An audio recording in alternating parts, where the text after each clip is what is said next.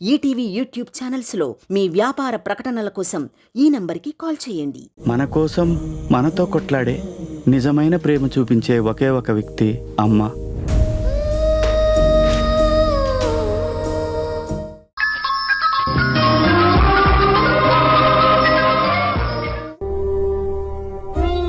ఎలా ఉన్నావు బాబు? బ్రతుక్కి చివరిలో చావుకు దగ్గరలో ఉన్నాను. నా ఈ పరిస్థితి నరకమో లేక త్రిశంకు స్వర్గమో నాకే అర్థం కావటం లేదండి. ఎందుకు నిరాశపడుతున్నావు? నిరాశ కాక ఇంకా నా జీవితంలో ఏ ఆశ మిగిలిందా అండి? జీవశ్చవంలా మారిపోయాను. మా అమ్మ నా కూతురు నా గురించి ఎంతలా బాధపడుతున్నారో దగ్గరుండి వాళ్ళని చూసుకోవాల్సిన నేను హాస్పిటల్లో ఇలా బెడ్కే పరిమితమైపోయాను. బాధపడకు. నువ్వు దగ్గర లేకపోతే ఏంటి? మీ అమ్మకు నీ కూతురికి మేము ఉన్నాం కదా, వాళ్ళకి ఏ కష్టం రాకుండా చూసుకుంటాం. ఆ దేవతే మీ రూపంలో వచ్చి మమ్మల్ని ఆదుకుంటుందనిపిస్తుంది. నన్ను అంత పెద్దదాన్ని చేయకు. అంతా బాగానే ఉంది, కానీ ఒక్క విషయంలోనే నాకు ఆందోళనగా ఉంది. ఏ విషయంలో ఆంటీ? అదే నీ బిజినెస్. దాన్ని మేము కాపాడుకోలేమేమో అనిపిస్తోంది. నా బిజినెస్కి వచ్చిన ప్రాబ్లం ఏంటి? బిందు ఉంది కదా, తనే అన్ని జాగ్రత్తగా చూసుకుంటుంది కదా. ఆ బిందుని అసలు ప్రాబ్లం. ఏమైందా ఆంటీ? బిందుని నీ కంపెనీకి చైర్మన్ని చేసి అధికారం మొత్తం తన చేతిలో పెట్టావు. అదే నాకు నచ్చలేదు. తను బిజినెస్ ఏం చూసుకోగలదు చెప్పు? నాకంటే తనే బిజినెస్ బాగా రన్ చేయగలదు. బాధ్యత తెలిసిన మనిషి తను. ఆ గుడ్డి నమ్మకమే నిన్ను నీ బిజినెస్ని ముంచేస్తోంది. నువ్వు హాస్పిటల్లో జాయిన్ అవ్వగానే ఆ బిందు ఎవ్వరికీ చెప్పా పెట్టకుండా జాబ్కి రిజైన్ చేసి వెళ్ళిపోయింది. యశ్ వెళ్ళి తనని వెతికి తీసుకొచ్చాడు కాబట్టి సరిపోయింది. లేదంటే ఏమయ్యేది? అందుకనే చెప్తున్నాను బాబు, నువ్వు లేకుండా నీ కింది వాళ్ళని అందలం ఎక్కిస్తే నీ కంపెనీనే దివాలా తీయిస్తారు. ప్రాజెక్ట్ అనేది చాలా పెద్ద బాధ్యత. దానిలో యష్కి చాలా అనుభవం ఉంది. బిందుకేముంది చెప్పు?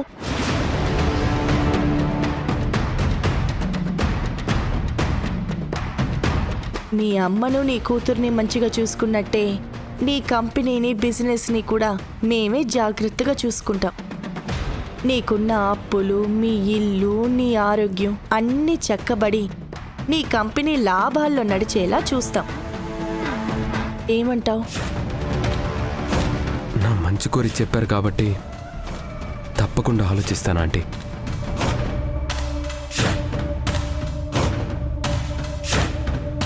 వస్తాను.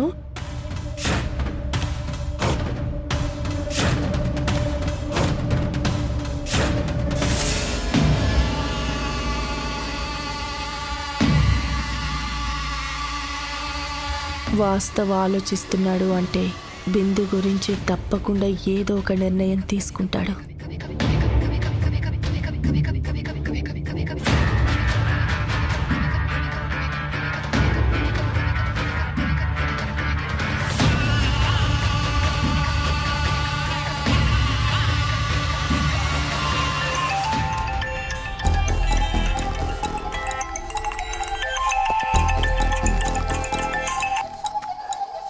హలో బిందు. చెప్పండి వాస్తవ్ గారు. నీతో అర్జెంటుగా మాట్లాడాలి. ఒకసారి హాస్పిటల్కి రాగలవా? మళ్ళీ మీకేమైనా హెల్త్ ఇష్యూ వచ్చిందా? అలాంటిదేం లేదు, నార్మల్గానే ఉన్నాను. Thank God. మీరు అర్జెంటుగా రాగలవా అనేసరికి మళ్ళీ మీకేమైందో అని నేను చాలా కంగారు పడ్డాను. టెన్షన్ పడకు, ఆఫీస్ విషయం మాట్లాడాలని రమ్మన్నాను. ఒక ఇంపార్టెంట్ ఫైల్ చెక్ చేస్తున్నాను, అది కంప్లీట్ అవ్వగానే వచ్చేస్తాను. ఈ ప్రాజెక్ట్ వర్క్ యష్కి అప్పచెప్పి నువ్వు మాత్రం వెంటనే బయలుదేరి వచ్చాయి. అది కాదండి బిందు, ఎందుకు చెప్తున్నానో అర్థం చేసుకో. ఆ ప్రాజెక్ట్ వర్క్ అంటే మనం డిస్కస్ చేయాల్సిన మ్యాటర్ ఇంకా చాలా ఇంపార్టెంట్. నీ నీకోసం వెయిట్ చేస్తుంటాను.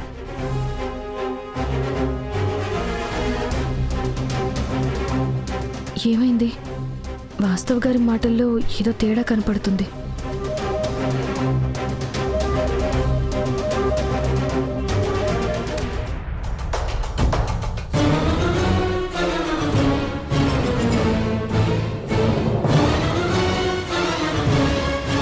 ఏంటి, వాస్తవ్ ఫోన్ చేశాడా? ఈ విషయం మీకెలా తెలుసు? నాకన్నీ అలా తెలుస్తుంటాయిలే. అర్జెంటుగా నీతో మాట్లాడాలని హాస్పిటల్కి రమ్మనాలే. ఏం మాట్లాడడానికి నన్ను రమ్మన్నారో ఆ విషయం కూడా మీకు తెలిసే ఉంటుంది. ఏంటో చెప్పండి. తినబోతూ రుచి ఎందుకు అడుగుతావు? అక్కడికెళ్ళు, వెళ్ళాక నీకే తెలుస్తుంది. వాస్తవ్ కంపెనీకి చైర్మన్ అయ్యానని కొత్తగా కొమ్ములొచ్చిన పొటెల్లా తెగ ఎగిరిపడ్డావు కదా, ఎంతో ఎత్తుకు ఎదిగిపోయాను అని. ఇప్పుడు అంతే ఎత్తు నుంచి ఢమాలమని కింద పడిపోతావు. నీ చైర్మన్ పదవి ఊడిపోవటానికి రంగం సిద్ధమైంది. ఇంకా నేను నీకు ఇవ్వాల్సిన షాకులు చాలానే ఉన్నాయి. వెళ్ళు, త్వరగా వెళ్ళు.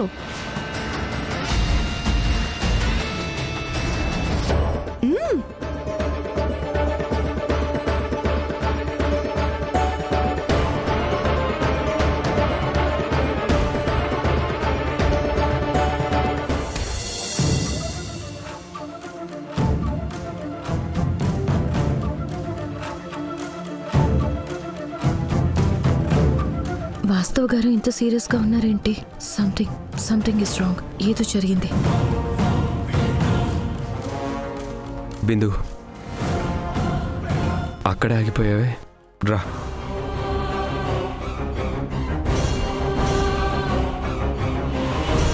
ఏదో అర్జెంటుగా మాట్లాడాలి అన్నారు, చెప్పండి. నువ్వు జాబ్కి రిజైన్ చేసి ఎందుకు వెళ్ళిపోవాలనుకున్నావు? ఆ విషయం మీకెలా? దమయంతి గారు వచ్చి నీ గురించి చెప్పారు. ఏం చెప్పారు? నీ వల్ల కంపెనీ దివాళా తీస్తుందని.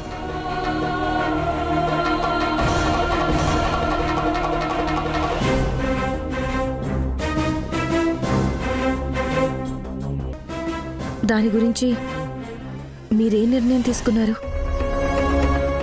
నా నిర్ణయం చెప్పే ముందు నువ్వు ఎవరికి చెప్పకుండా ఊరు వదిలి ఎందుకు వెళ్ళిపోవాలనుకున్నావు? ముందు ఆ విషయం చెప్పు. ఇప్పుడు కాదు, సమయం వచ్చినప్పుడు చెప్తాను. మీ నిర్ణయం చెప్పండి. నీకన్నా నమ్మకమైన వాళ్ళు నాకు ఈ ప్రపంచంలో ఎవ్వరూ దొరకరు. నా టైం బాగోలేక నేను ఇలా హాస్పిటలైజ్ అయ్యాను. బట్ నా కంపెనీ నీ చేతుల్లో ఉన్నంత వరకు ప్రాఫిటే తప్ప ఎలాంటి లాస్ ఉండదు. నీ మీద నాకు ఆ నమ్మకం ఉంది. దమయంతి గారు నీ గురించి ఎన్ని చెప్పినా ఇలా విని అలా వదిలేస్తాను. ఎందుకంటే రాముడికి హనుమంతుడెంతో నాకు నువ్వు కూడా అంతే బిందు. అందుకే ఓ నిర్ణయం తీసుకున్నాను. ఏంటది? నా కంపెనీలో కొంత షేర్ నీకు ఇద్దాం అనుకుంటున్నాను.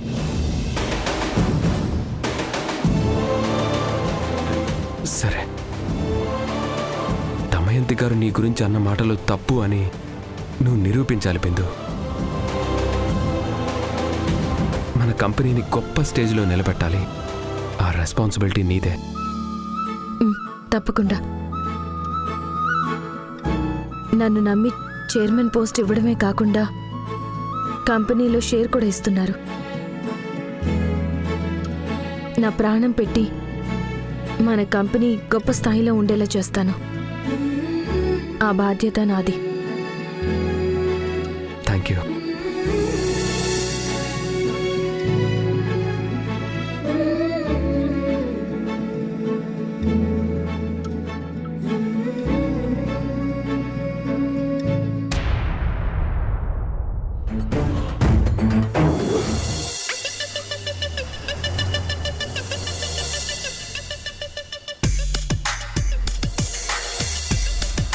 ఈవిడ గారు నా కోసం ఎదురు చూస్తున్నట్టున్నారు.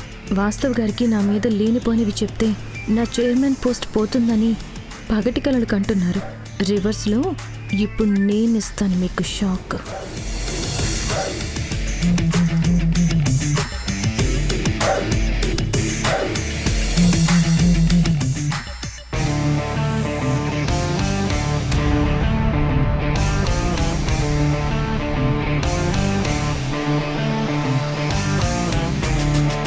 ఏంటలా డల్గా ఉన్నావు?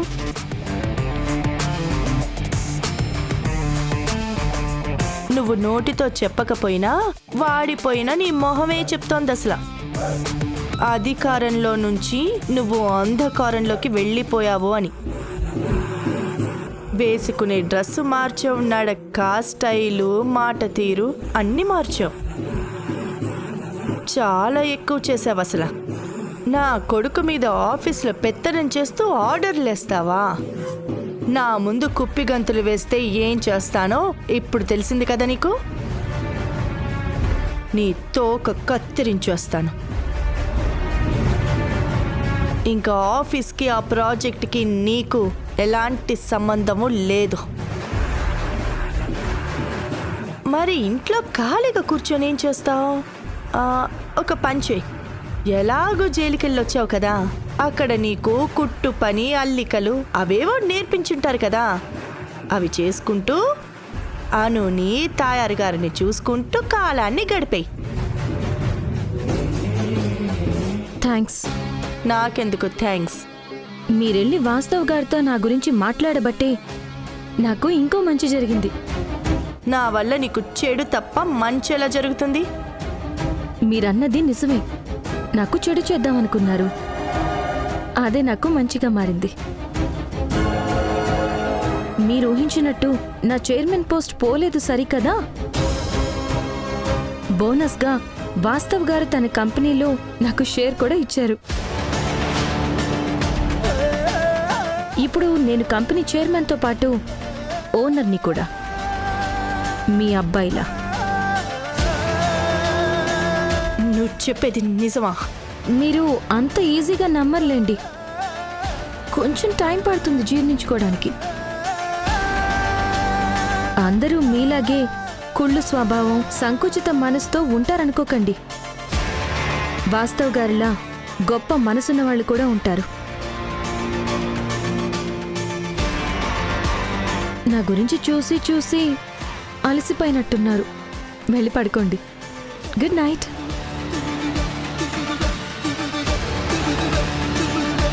నా గురించి ఇంకా చాలా ట్రై చేద్దామని మీ మనసులో అనుకుని ఉంటారు కదా, అదేదో త్వరగా చేయండి. నేను ఇంకో మెట్టు పైకి ఎదగడానికి అవకాశం దొరుకుతుంది.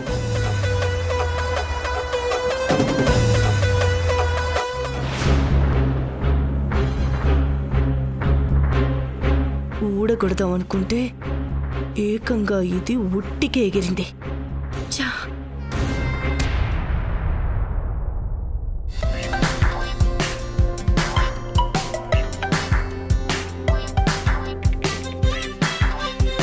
త్వరగా కానివ్వండి అబ్బే, మీరు కూడా కానివ్వండి అమ్మా.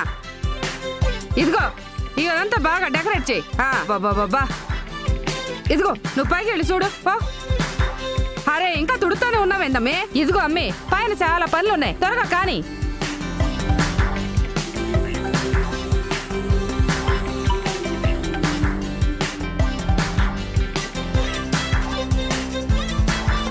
హాల్ అంతా డెకరేట్ చేస్తున్నారు. ఇంట్లో ఏమైనా ఫంక్షన్ ఉందా ఏంటి? అమ్మా రిషి, ఏంటి ఇంకా ఆడుకుంటున్నారు? స్కూల్కి టైం అవుతుంది, వెళ్ళరా? లేదమ్మా, ఈరోజు మేము స్కూల్కి వెళ్ళడం లేదు. ఎందుకని? మా అమ్మ చెప్పింది ఇవాళ స్పెషల్ డే అంట, ఇంట్లో ఫంక్షన్ జరుగుతుంది, ఇవాళ స్కూల్కి లీవ్ పెట్టమని చెప్పింది. అందుకే ఫ్రెండ్ వీళ్ళతో పాటు నేను కూడా ఫంక్షన్కి కొత్త డ్రెస్ వేసుకున్నాను.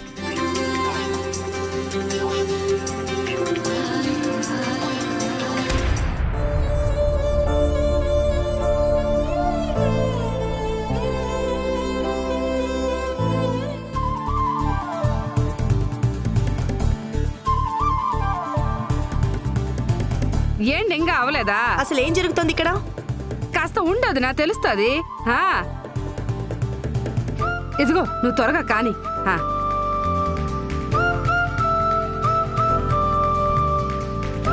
ఏందమ్మే నువ్వు ఇంకా ఇట్ట నిద్ర మొహంతో ఉంటే ఎట్టాగా?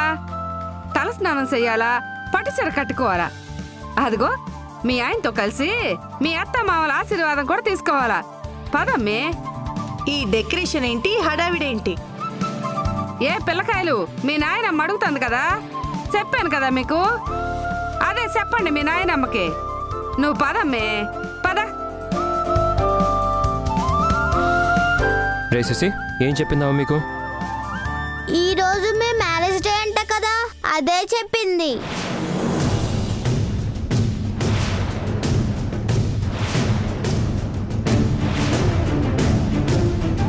ఏంటి ఇవాళ యష్ సంధ్య పెళ్లి రోజా? ఏంటి దాము, ఆవిడేమనుకుంటుంది? చంద్ర, ఎందుకంత ఆశ్చర్యపోతావు? నిజమే కదా, ఇవాళ యశ్ సంధ్య పెళ్లి రోజు. మర్చిపోయావా ఏంటి?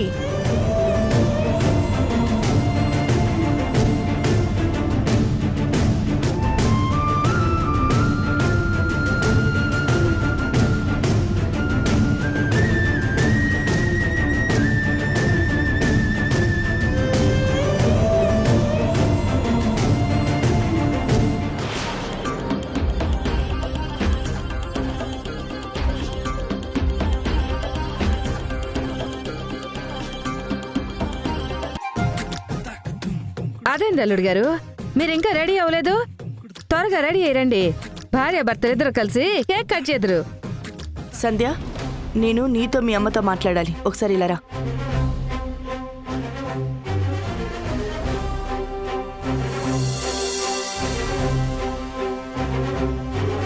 సంధ్య, ఏంటి ఇదంతా? అంటే నాకు మీ అబ్బాయికి పెళ్లి కాలేదని, నేను పిల్లకాయలకి అమ్మిని కాదని ఆ అమ్మికి అనుమానం పూడ్చుండదు కదా అత్త. ఆ అమ్మికి నమ్మకం కలగాలని ఈ పెళ్లి రోజు పథకం ప్రవేశపెట్టున్నాను. నాకు ఒక మాట ముందు చెప్పాలి కదా. నీకు నువ్వే సొంత నిర్ణయాలు తీసుకోవడం ఏంటి అసలు? ఎందుకు మీ అత్త అట్ట కోపడతా ఉండదు? మేము చేస్తా ఉండదు మీ మంచి కోసమేగా. ఏంటి మంచి? అసలు మా పెళ్ళే జరగలేదు. ఇదంతా నాటకం తెలుసు కూడా, పెళ్లి రోజు అంటూ మళ్ళీ కొత్త నాటకం ఏంటి? ఏమండి, గట్టిగా మాట్లాడకండి. మీ మాటలా సింధు విన్నదంటే ఆ అమ్మికి నిజం మొత్తం తెలిసిపోతుంది. అవునరా, నువ్వు కాస్త చిన్నగా మాట్లాడు. ఇప్పుడు మీరు మ్యారేజ్ డే ఫంక్షన్ చేసుకోకపోతే మాకేం ఇబ్బంది లేదు, మీకే అంతా నష్టం. ఏం జరిగినా సరే నాకైతే ఇది ఇష్టం లేదు. ఇలాంటివేం పెట్టకండి. అమ్మే, అల్లుడు గారికి ఇష్టం లేదంట. ఇప్పుడు ఆ సింధు వచ్చి పెళ్లి రోజు అన్నారు, ఇల్లంతా డెకరేషన్ చేశారు, ఎందుకు ఫంక్షన్ ఆపేశారని అడుగుతుంది. అదేదో వాళ్లే సమాధానం చెప్పుకుంటారు. మనం వెళ్ళిపోదాం పదమ్మి. ఆగండి, పెళ్లి రోజు ఫంక్షన్ జరుగుతుంది. ఏంటమ్మా నువ్వు కూడా? అది కాదురా, నేను చెప్పేది విను. ఆ సింధుకి నమ్మకం కలగాలి అంటే మీరు మ్యారేజ్ డే చేసుకోవాల్సిందే. మనకి రాని మంచి ఐడియా వీళ్ళకొచ్చినందుకు సంతోషపడాలే కానీ ఇలా కోప్పడితే ఎలారా? నువ్వెన్నైనా చెప్పమ్మా, నాకు నచ్చని పని నేను చేయను. ఏంటి, మీ అబ్బాయి నచ్చని పని చేయను అంటున్నాడు?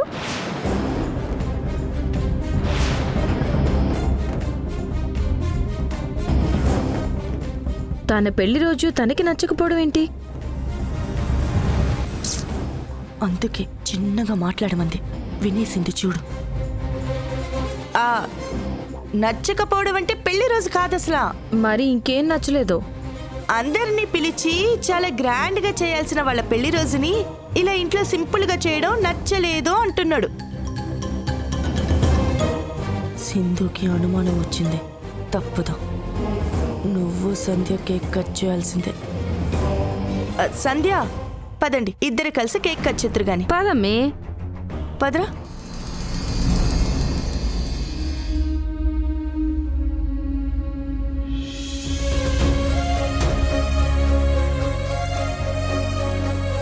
బిందు, ఎక్కడికమ్మా వెళ్తున్నావు?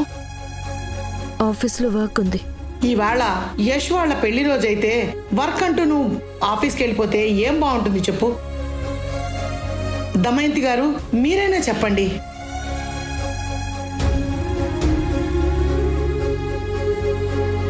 బిందు, మాతో పాటు మా ఇంట్లో ఉంటున్నావు. నా కొడుకు కోడలి పెళ్లి రోజు ఫంక్షన్లో నువ్వు లేకుండా వెళ్ళిపోతే ఎలా? దగ్గరుండి మా ఆనందాన్ని నువ్వు పంచుకోవాలి కదా. ఉండిపో. ఉంటుందిలేండి. రే, కేక్ కట్ చేయండి రా.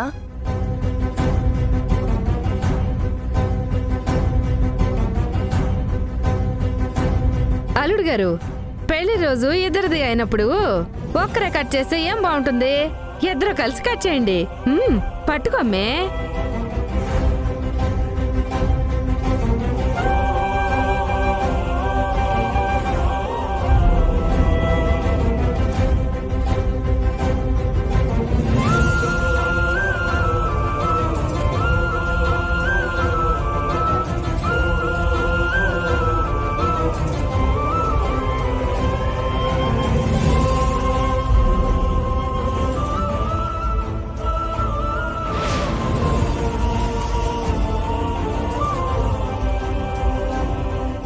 ముందు మీ అత్తమామకి ఇవ్వే.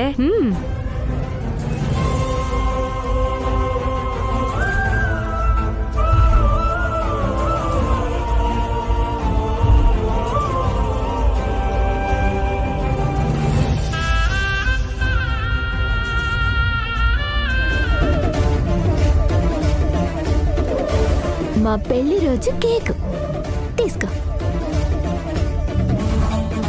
తీసుకో.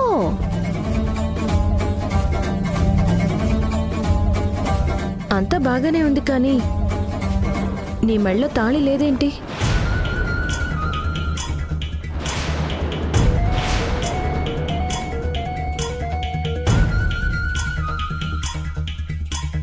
తాళి లేకుండానే భార్యవయ్యావా? పిల్లలకి తల్లివయ్యావా? నీ మెళ్ళో మంగళసూత్రం లేకుండానే మొగుడితో పెళ్లి రోజు జరుపుకుంటున్నావా?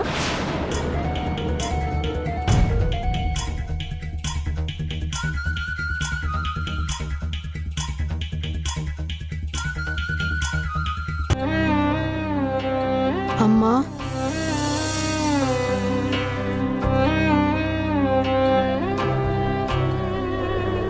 ఏంటి రిషి? నాన్న సంధ్య అంటే మెడలో తాళి కడుతుంటే చూడలేక ఎందుకు బయటకు వచ్చేసావు?